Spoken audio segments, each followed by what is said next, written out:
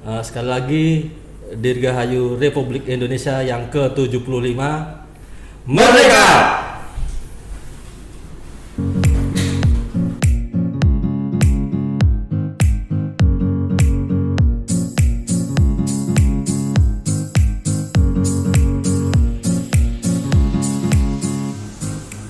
Ya, Assalamualaikum warahmatullahi wabarakatuh. Mojok Podcast hadir lagi. Kali ini kita sudah nyampe di episode 9 ya. Kali ini bersama saya Hendra Prastyo, host dadakan Mojok Podcast. Ya, semoga semua kawan pajak selalu sehat, semangat dan tetap produktif dalam menghadapi pandemi ini. Dan tak lupa Mojok Podcast juga mengucapkan Dirgahayu Republik Indonesia yang ke-75. Jangan lupa selalu membeli produk buatan dalam negeri agar ekonomi kita terhindar dari resesi. Terima kasih buat yang sudah setia ngikutin Mojok Podcast sampai dengan episode 9 ini.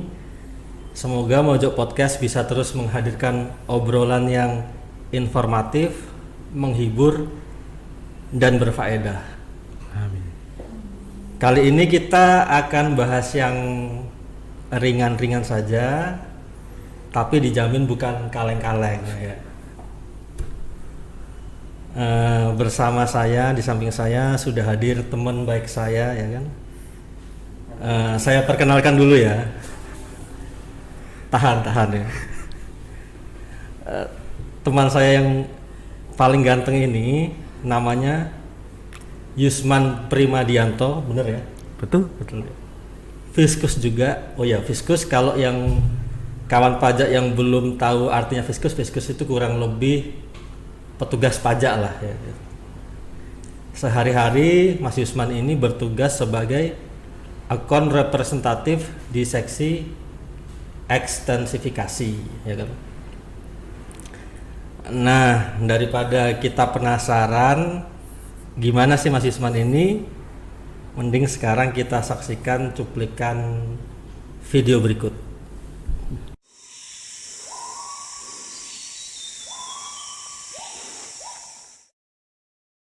Kan biasanya kameramen nggak pernah shoot kan? Iya. Kena deh. Ini bis kita perjalanan menuju Sintang kurang lebih 7-9 jam.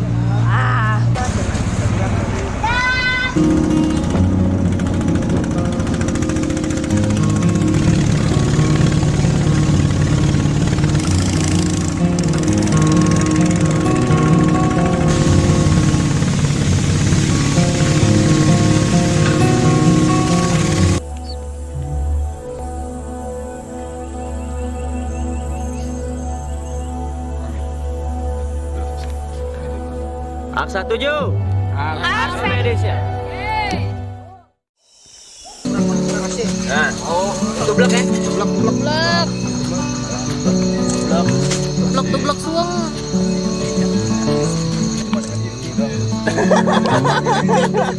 Nasi nih. Nasinya sepas-pasnya. Asal teflon dulu aja. Cerai aku limo lukah kola limo tiri bada cerai jari pada lingono mi jono wahia jabarak hino aku akan baso jarah. Nah, oke. Udah pada tahu kan gimana kerennya Bro Yusman ya kan. Udahlah, itu dari yang di situ itu udah kelihatan lah ini adventure banget lah ya kan? Jadi kalau kita itu sering dengar nama adalah doa dari orang tua ya kan. Iya betul ya. Kalau kata Cak Lontong, nama membawa rasa. Jadi kalau boleh saya itu Yusman itu sebetulnya dari bahasa Inggris kali ya. Mungkin, Mas. Jadi Yusman itu kepanjangannya You is a man. Yeah. You is a man digabung jadi Yusman. Ya kan bener ya? Bisa jadi. Nah, jadi kan cocok banget nih kalau maksudnya Yusman ini gini ya kan, sesuai banget sama namanya gitu ya kan. Gimana ya? Ini apa? Narasumbernya belum dikasih kesempatan ngomong. Oke. Jadi semua pada setuju kan ya kalau namanya Yusman, you is a man ya. Jadi mungkin kalau boleh kita menghitung waktu ya. Hidup kita di kantor itu kan paling sehari cuman paling lama 10 jam ya. Betul. 10 jam sehari, paling Senin sampai Jumat doang, 5 hari. 5 hari. Berarti kan paling kalau seminggu itu sepertiga, paling banyak sepertiga waktu kita ada di kantor. Berarti 2/3-nya kita itu mungkin di luar, di keluarga, di masyarakat ya kan, atau mungkin di alam ya.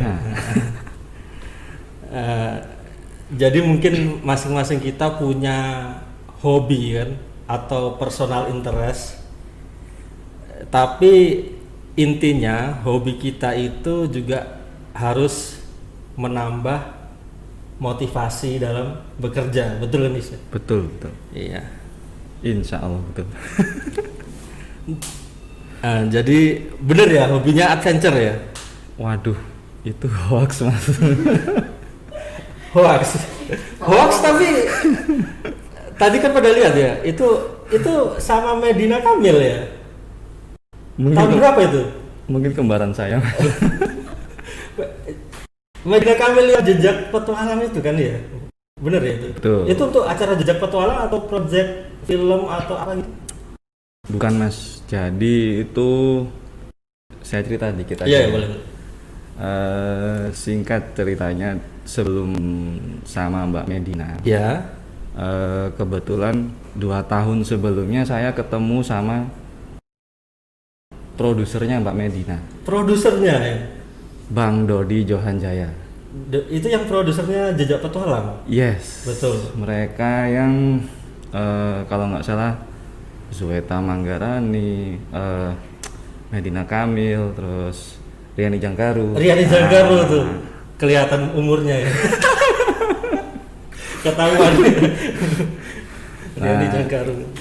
Kebetulan kalau nggak salah itu tahun 2013 ketemu sama Bang Dodi. Habis itu mereka perjalanan ke Bukit Raya. Bukit Raya. Bukit Raya. Itu berarti yang di Kalimantan. Kalimantan Barat. Kalimantan Barat. Iya. Iya. Terus mereka sama rombongan Mapala UI. Mapala saat itu. UI. Tahun berikutnya rombongan Mapala UI balik lagi ke Bukit Raya dengan personil yang berbeda. Berbeda. Ya, kebetulan ketemu saya lagi. Makin kepengen saya ikut. Oh yang sebelumnya belum ikut. Nggak pernah ikut. Nggak pernah ikut. Ya. Karena jadwalnya pasti Bentrok sama Iya. kerjaan ya. Nah, Memang biar gimana kan kerjaan tetap prioritas utama kita kan ya. Iya mas. Nah di tahun ketiga sebenarnya saya ada rencana ke Latimojong. Latimojong. Berdua sama teman saya dari Papua. Dari Papua. Ya. DJP juga. Kebetulan iya. Oh iya. Ya. Kita sudah putuskan tanggalnya. Kita sudah bikin metrik latihannya. Tiba-tiba teman saya bilang cuaca di sana tidak bagus. Latimojong kurang bagus. Iya. Iya. Saat itu lagi nggak bagus cuacanya. Oke, ya sudah, kita nggak bisa maksain alam ya. Akhirnya kok dilalah. Iya. Ada teman-teman Mapala UI kontak saya lagi, bilangin gini, bro, tahun-tahun kemarin kan lu nggak ikut, lu mau ikut nggak tahun ini? Langsung saya iyain. Iya kan. Dia bilang, serius bang? Iya, ada bonus. Udah gitu tok. Ya udah. Belum tahu itu kalau Medina Kamil ada di. Belum tahu. Itu. Belum tahu. Yang penting, ya udah daripada nggak jadi ke Latimojong, ya wes ke Bukit Raya. Akhirnya waktu mereka datang, agak mundur karena mereka ternyata ada proyek di Rinjani. Terus setelah Rinjani mereka ke Bukit Raya, itu mundur sekitar 2 mingguan. Nah, baru ketemu saya. Ternyata bawa Mbak Medina. Bonusnya itu ya, keren banget bonusnya ya. Iya. Baru di situ saya tahu kalau mereka itu ternyata bukan ekspedisi biasa. Jadi mereka ada proyek namanya film Negeri Dongeng. Negeri Dongeng. Iya. Itu ketemu sama rombongan dari IKJ. Jadi mereka tim gabungan ekspedisi buat bikin film itu. Iya, project teman-teman itu memang bikin film Negeri Dongeng, mengenal, kalau nggak salah mendeskripsikan saya, itu sebuah film yang mengenalkan tentang perjalanan dan perjuangan hidup mereka.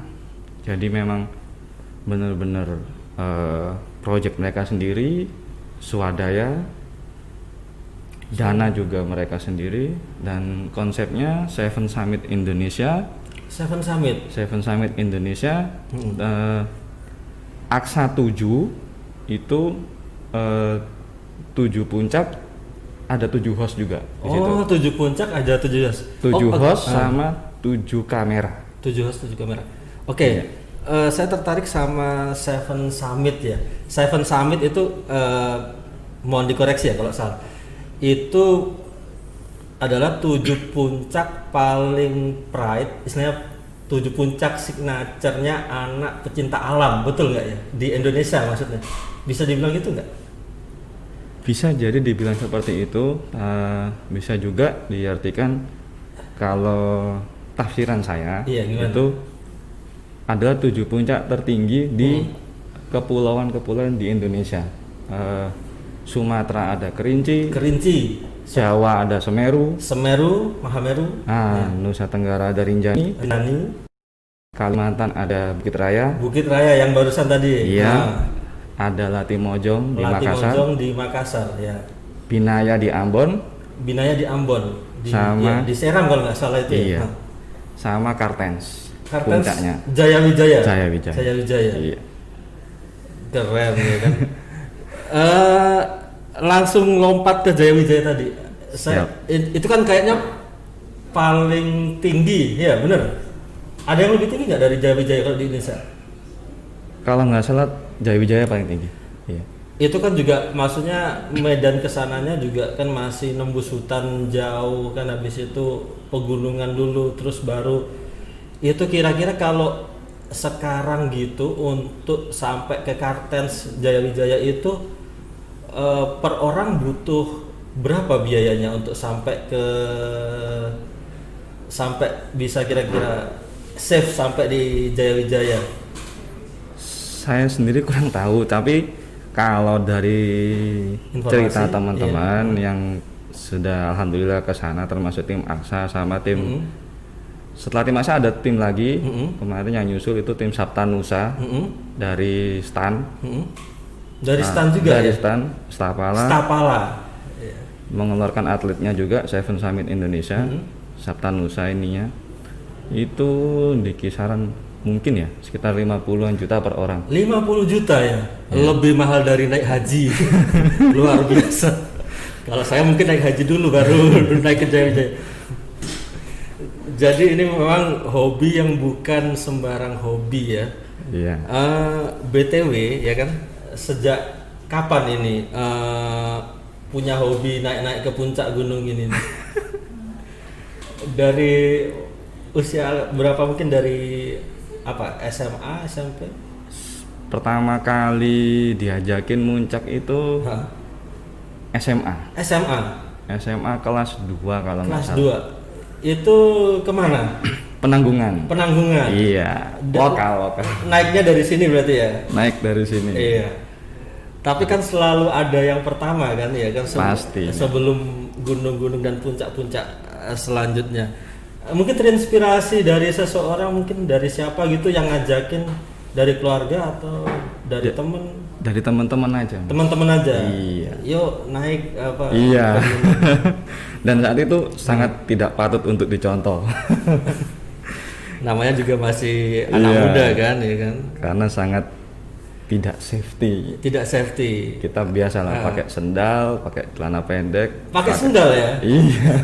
Oh sepatu. Tapi kita bawa sendal. Oh, bawa sendal ya. Untungnya bawa sepatu. Iya. Kita. Kalau Cuma bawa depek. memang kita itu kalau nggak pakai sendal gimana gitu Mas. Iya. Iya kan? Kembali ke Seven Summit tadi, Bro Yusman sendiri udah dari 7 itu sudah naik ke berapa? Udah dapat berapa nih? Yang sudah? Saya jalan naik gunung kok Mas. Merendah ini gitu. Saya Dari 7 itu, yang udah mana aja? alhamdulillah yang udah baru 3. Baru 3 ya? Luar biasa. 3 mana aja? Semeru? Semeru, Ya kan pasti paling dekat kan? Iya. Ya, paling dekat. Terus Rinjani, Bukit Raya. Rinjani ntar bisa kontak-kontak Bang Gofar. Ini abang ini Yang punya lomba. Iya, juru kunci Rinjani. Oh belum pernah ya? Harus lah, nanti kapan-kapan bareng Mas Yusman naik ke sana lagi ya kan. Kalau dari 3 itu yang paling berkesan naik di mana? Tiga-tiganya berkesan sih, cuman ada spot-spot yang ada poin-poin sendiri lah. Iya, tiap gunung itu. Jadi misalnya kayak Semeru, misalnya sekarang saya diajakin naik ke Semeru lagi, saya bilang, wes bro, aku di Ranukumbolo aja. Oh, kalian iya. silakan mencari. Iya. Wes tahu ya. Bukan gitu. Oh bukan. Spot terenaknya di Ranukumbolo. Iya. Tapi kok Saya. sekarang itu kayak ini ya, kok kalau pas lagi musim pendakian itu kalau saya lihat itu kan penuh banget gitu ya. Atau memang itu karena memang lagi event-event aja? Kalau di Ranukumbolo itu kan kayak banyak banget gitu. Kayaknya sekarang memang lagi memang lagi rame banget semua Iya. gunung sih. Semua gunung ya? Gunung-gunung yang dulu kita nggak pernah denger, itu pun sekarang udah, pengunjungnya udah penuh padat. Di Ranukumbolo terakhir saya kalau nggak salah 2016 apa 17 itu sudah ada WC-nya, sudah rame banget. Kita mau diriin tenda itu udah susah, udah pilih-pilih tempat. Udah susah ya. Udah susah. Tapi kayak apakah maksudnya dengan banyaknya orang yang naik gunung itu, apakah kelestarian kealamian lo itu enggak ini nih agak jadi gimana, mungkin sampah apa gitu? Ya kalau itu balik lagi ke personalnya masing-masing. Iya. Mas, ya. Jadi kalau saya sendiri naik gunung itu bukan hal yang remeh. Dalam artian gini, saya pernah waktu Rinjani, saya cerita dikit waktu Rinjani, kita mau naiknya itu bulan Mei. Bulan Mei. Tahun berikutnya. Di bulan Oktober kita sudah bagi metrik latihan. Ya seperti itu. Jadi kebetulan saya dan teman-teman saya memang sudah uzur ya. Jadi semua harus well prepared Mas. Kalau Bro bilang khusus, saya apa ini? Jadi semua harus disiapin, mulai Harus dari disiapin, dari fisik, logistik segala macam. Berapa bulan itu maksudnya persiapan kalau mau naik yang summit yang agak signature tadi, maksudnya yang macam-macam sih Mas. Jadi kita kan bisa ngukur kita sendiri. Misalnya kayak Semeru, normalnya mungkin kita bisa naik 2 hari turun sehari. 2 hari naik, sehari turun. Bisa seperti itu. Kalau mau nyantai juga 2 hari naik 2 hari turun bisa. Kalau Rinjani juga kurang lebih seperti itu. Kalau Bukit Raya kemarin saya 3 hari naik 2 hari turun. 3 hari naik 2 hari turun. Berarti Bukit Raya ini gunungnya sebetulnya nggak terlalu tinggi, tapi untuk menuju ke puncaknya itu memang effortnya medannya berat ya. Ada di hari ke-2 apa 3 itu saya jalan 6 jam. 6 jam. elevasinya cuma naik 600 meter. Oh gitu, cenderung datar ya? Naik turun. Naik turun. Naik turun. Oh bukan gini ya? Enggak. Oh gini. Iya. Jadi kayak akhirnya ya kayak nggak nambah tinggi, padahal Iya, udah betul. capek ya? Iya. Biasanya kita 6 jam itu kalau yang gunungnya langsung elevasinya naik itu 6 jam bisa langsung puncak kayak Lawu gitu. Dari start Cemoro Kandang atau dari mana sekarang itu lupa saya. Nah itu standarnya dulu 6 jam udah sampai puncak ya. Tapi Bukit Raya ini beda Banget, spesial ya, ya. Jadi kalau saya boleh tangkap gambarannya, di antara gunung-gunung yang udah pernah didaki Bro Yusman, ini salah satu medan yang paling berat, menguras tenaga itu di Bukit Raya. Iya, salah satunya. Salah satunya iya. Dan menguras kantong.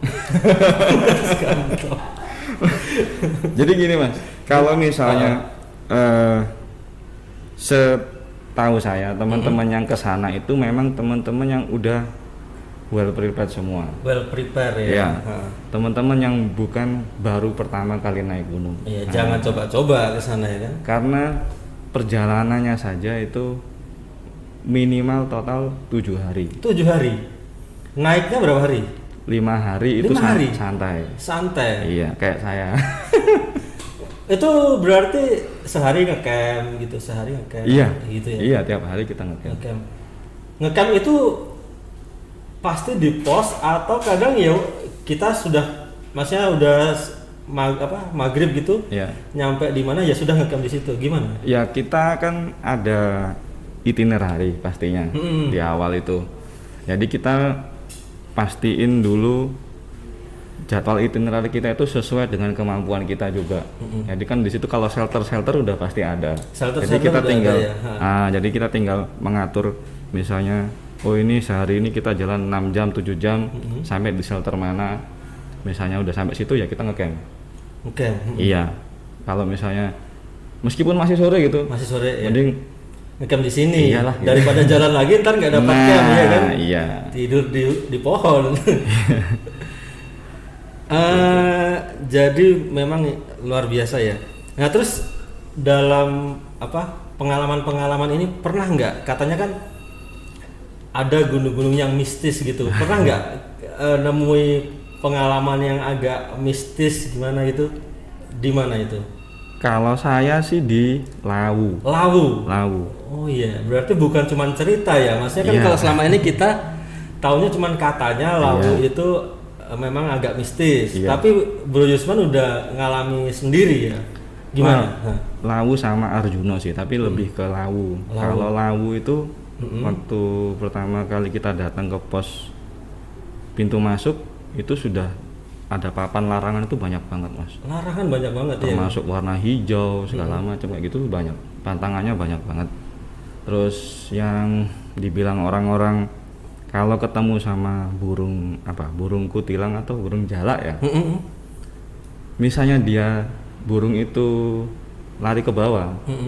Mending kita ikut turun. Nah, oh gitu. Kalau burung itu ikut kita ke atas, ya udah kita bisa lanjut. Dan itu memang waktu di jalan kita nemu burung itu. Nemu burung itu? Iya. Burung itu kemana tuh? Ke atas. Oh ke atas, alhamdulillah ya kan. Kalau burung itu turun berarti kita batal mendaki ya? Ya mungkin kita pertimbangkan lagi ya? Atau nunggu ada burung selanjutnya gitu? Enggak ada, cuma satu itu doang. Itu kayak burung pemandu gitu ya? Kalau dari cerita-cerita yang sudah pernah naik seperti itu. Terus waktu di atas itu normal, saya bilang tadi normal biasa 5 jam 6 jam itu kita udah deket atas, kita udah 6 jam itu masih santai di jalan. Oh kayak nggak nyampe-nyampe? Iya, terus habis itu udahlah ada pos Cokro Suryo. Di situ kita ngecamp. Saat itu di jalur cuman ada rombongan saya. Dulu nggak seramai sekarang. Jadi kalau kita naik gunung, saya pernah ke Arjuna itu jalan cuman 4 orang di gunung. Pernah. Waktu di Semeru cuman 3 kelompok juga pernah. 3 kelompok? Cuma 3 kelompok toh. Jadi bener-bener kalau dulu tuh lengang banget. Di Lawu itu di Cokro Suryo saya berlima, buka tenda 2. Malam-malam itu tendanya berisik banget. Berisik banget. Kayak ada yang gedor-gedor di belakang, padahal ya nggak ada apa-apa. Nggak ada apa-apa. Nggak ada apa-apa. Saya tanya tenda sebelah. Enggak ya. Tipis. Tapi suaranya kenceng banget di dalam. berarti memang kayak ada kehidupan lain ya. Tapi yang penting kan kalau dimanapun kita berada, walaupun mungkin beda dimensi alamnya, yang penting kita nggak saling mengganggu, saling respect ya mungkin ya seperti itu aja ya. Betul. Jangan sombong lah. Jangan buang sampah sembarangan, jangan gitu-gitu kan, maksudnya artinya kan kita ibaratnya sebagai tamu kan harus sopan gitu ya, betul. Harus banget. Pas pagi buka tenda, ternyata depan saya itu makam. Makam. Nggak tahu ya itu ya. Saya juga baru tahu waktu paginya mas, pas mau balik, loh ini makam ternyata. Makam satu gitu atau ada beberapa? Satu aja. Iya. Makam sudah kuno tua gitu. Iya. Iya. Jadi memang benar ya kalau maksudnya Gunung Lawu itu banyak cerita mistisnya dan memang dari dulu kan sudah terkenal ya. Iya. Nah kalau kita naik gunung itu selain persiapan fisik itu apa aja yang sama budget tentunya ya kan udah di prepare ya, kayak apa perlengkapan peralatan kit yang wajib kita siapkan sebelum kita naik ke gunung apa aja? Peralatan pribadi ya. Peralatan pribadi mulai dari bawah ya sepatu, trekking ya, kaos kaki, habis itu gaiter itu buat nutup sepatu biar nggak kemasukan pasir. Oh iya. Kayak mantelnya gitu? Bukan. Kayak sarung. Tapi cuman di tengahnya gitu terus ke atas sampai betis. Nanti saya googling dulu. Legging, ya kan? Apa sih long john ya biasanya ya. Kalau gitu ya long john itu terus celana panjang. Jangan jeans ya. Jangan jeans. Kenapa jangan jeans? Selain berat, dia kalau basah kan susah kering. Jadi kita nanti yang kerepotan. Khususnya potensi basahnya itu ya. Iya. Jadi nanti potensi hipotermia segala macam. Tapi saya pernah nakal naik sengaja pakai jeans. Biar fotonya keren gitu. Betul. Itu saya emang bandel banget. Nah, apalagi sekarang udah banyak yang quick dry seperti itu. Itu udah enak. Habis itu ke atas kita bisa pakai manset, bisa pakai yang manset. Sekarang juga ada yang dua versi kan, ada yang dia bisa ngunci panas, ada yang satunya bisa kita kalau jalan lebih dingin. Iya. Jadi sirkulasinya lebih banyak. Nah, terus baju ganti pastinya, jaket kan juga macam-macam, windproof, waterproof, terserah kita. Kalau saya sih lebih suka kita bawa windproof sama waterproof, sama dalamannya kita pakai yang fleece tapi yang memang rapet gitu. Nah itu lebih enak. Istilahnya nyaman. Teknis semua. Iya. Nyaman seperti itu. Terus ke atas balaklava atau topi. Nah, habis itu headlamp. Habis itu trekking pole. Kita langsung ke alat-alatnya. Kita ke nesting, Trangia. Nah, terus kita bisa bawa tramontina juga, golok tebas. Oh iya. Terus kita bisa bawa pisau. Peralatan makan, peralatan masak udah pasti wajib.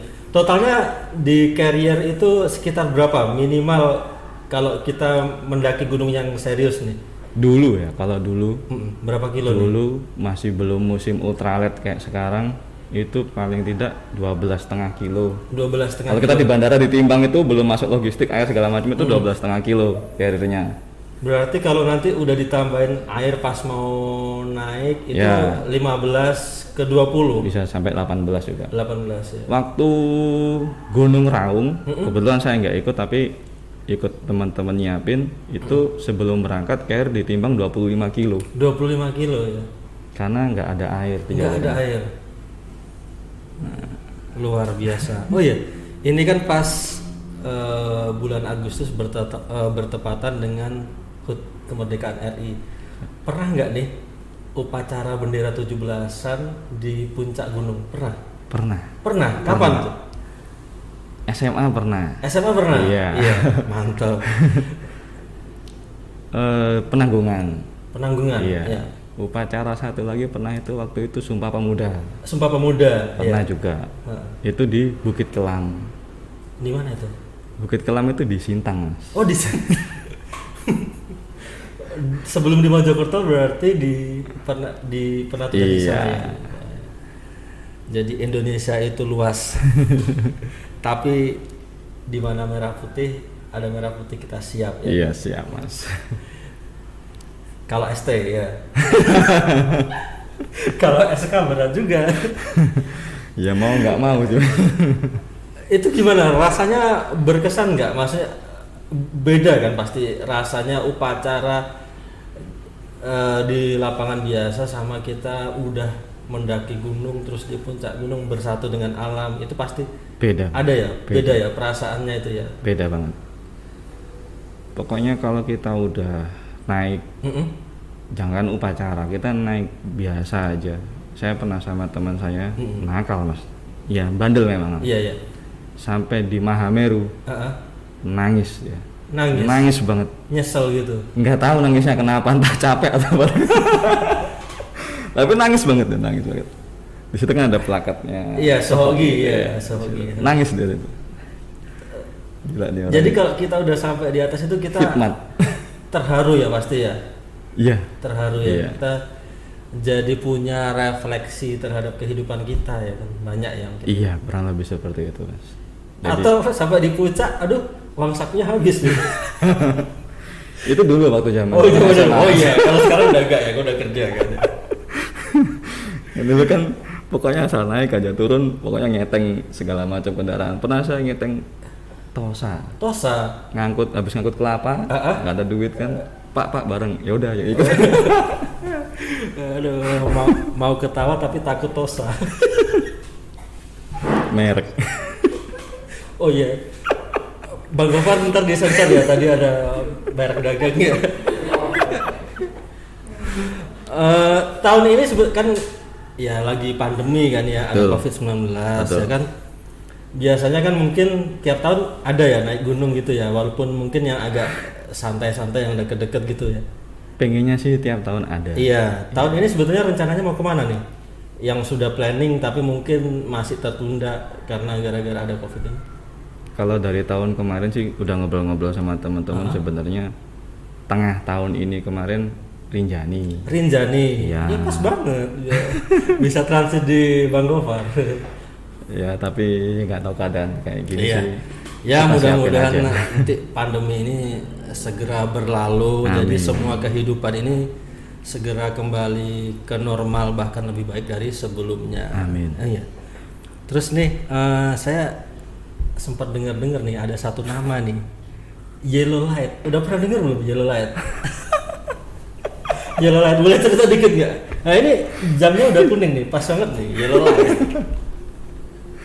Gimana apa nih Yellow Light nih? Yellow light itu KW-nya green light, Mas. Merek lagi nggak boleh. Oh iya, sorry.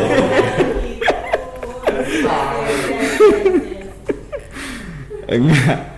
Jadi Yellow Light itu yellow light itu kan apa ya, Mas? Ya kaos kan, branding aja. kaos ya. Iya, sebenarnya kalau kenapa kaos? Ya dari kuliah sih, Mas. Dari kuliah? kuliah itu bikin kaos, Bikin kaos ya. bukan buat jajan, Iya. bukan biar bisa makan. Oh jadi memang maksudnya ya memang punya identitas juga ya. Iya, dulu suka bikin. Terus sebelum Yellow Light sebenarnya sudah ada yang sering saya produksi juga, tapi sudah saya stop. Apa itu mereknya dulu? Wild Borneo. White Borneo. Oh iya. Karena sekarang udah ke Java. Jadi White Borneo sudah berlalu ya kan. Jangan sampai balik lagi di sana kan. Enggak sih, Mas. Jadi Yellow Light itu desain sendiri, Desain sendiri. produksi sama teman. sama teman, Iya. ada teman ya. Ada teman yang konveksi, jadi dia mau buka toko, ayo bikin, ya udah. bikin lagi akhirnya. Marketing pemasaran gimana? Sementara sih masih ngejar stok produksi aja. Stok produksi Kalau loh, kok nggak dijual sekarang maksudnya? Karena rencananya sih offline juga. Offline. Iya. Berarti buka store sendiri gitu ya? Temen tadi yang punya konveksi itu Oh, punya space juga buat temen jualan. ya yang kayak. Iya. Jadi ini sudah tahap kalau saya tangkap ini ngumpulin stok nih ya. Ngumpulin stok stok dulu. untuk dalam rangka buka store ya. Iya. Iya. Tapi PPh final PP23-nya nggak lupa kan ya, yang setengah persen. Insya Allah. Amin. Ya kan sebagai account representatif kita harus ya kan kalau punya usaha di luar yang nggak ada maksudnya kontra kepentingan dengan pekerjaan itu kan sah-sah saja. Tapi yang penting kita juga harus memberikan contoh bahwa petugas pajak pun bayar pajak, ya kan. Gimana kita mau mengedukasi wajib pajak kalau kita sendiri belum patuh, ya kan? Betul. Setuju ya? Setuju Mas. Nah, syukurlah kalau Bro Yusman sudah 0,5%, ya kan? Insya Allah.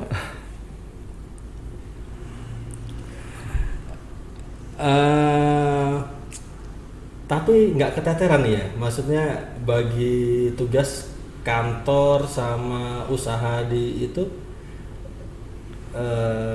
Iya enggak sih Mas. enggak ya? Kan Enggak sampai mengganggu tugas-tugas sehari-hari sebagai AR ya? Enggak ya? Oh iya. itu juga kan paling malam. Iya. bikinnya. Hobi aja ya? Iya. Hobi yang jadi duit, enak banget itu ya.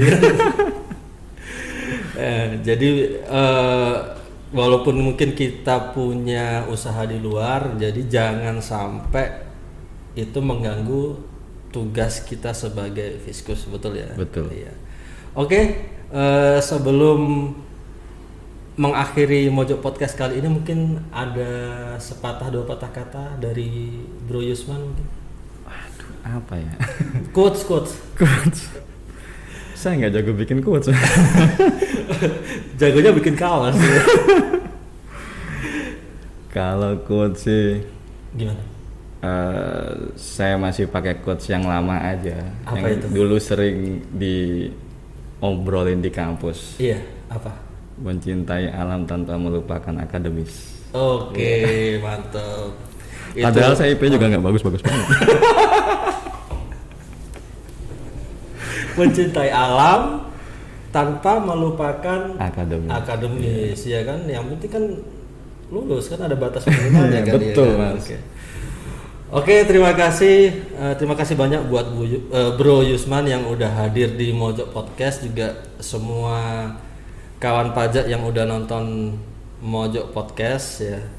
Semoga semua selalu sehat, tetap semangat dan produktif selama pandemi ini.